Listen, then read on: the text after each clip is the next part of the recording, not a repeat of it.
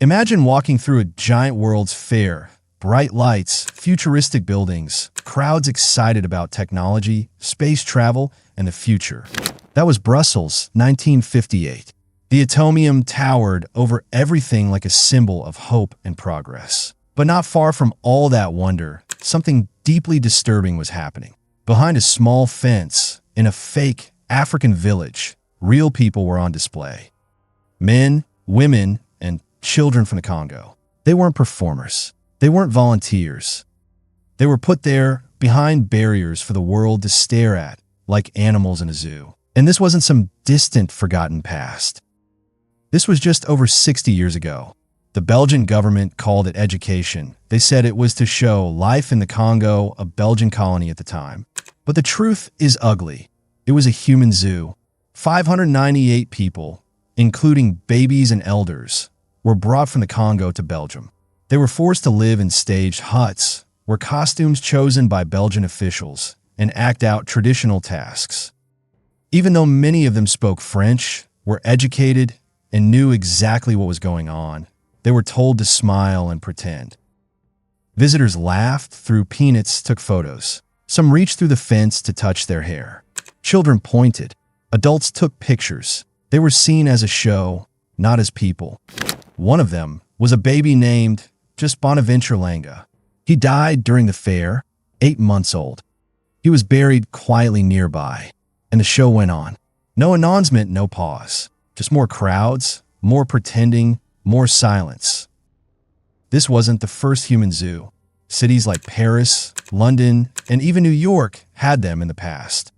But what makes Brussels 1958 so shocking is how recent it was.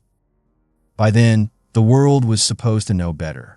The Holocaust had ended just 13 years earlier. The Universal Declaration of Human Rights was already written. Civil rights protests were happening in the US. African countries were gaining independence. But still, Belgium did this. And tens of thousands of people passed through that fair without saying a word. Why? Because the system made it feel normal. It told people this was okay.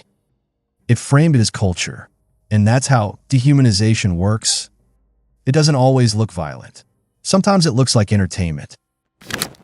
The people forced into that exhibit didn't talk about it later. Too painful, too shameful. One survivor's child said, "They never mentioned it. How do you tell your kids you were treated like a zoo animal?"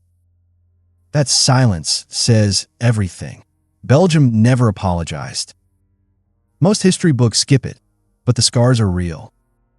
Being treated like a thing, not a person, leaves deep damage. It tells you, you're not equal. You're not one of us. And that lie doesn't just hurt the people behind the fence. It shapes how the rest of us see the world. It feeds stereotypes, fuels racism, and justifies injustice. And here's the hard part. The cages didn't really go away. They just became harder to see. Today, we still see people reduced to roles, judged by their skin, their accent, their poverty. We still turn trauma into entertainment. We still argue over who deserves dignity. That's why this story matters. Because it's not just history. It's a warning. Belgium built that exhibit to protect its colonial power. To say, look, they still need us. But many of the people on display were ready to lead their own future. And just 2 years later, the Congo became independent. But even then, the damage wasn't over.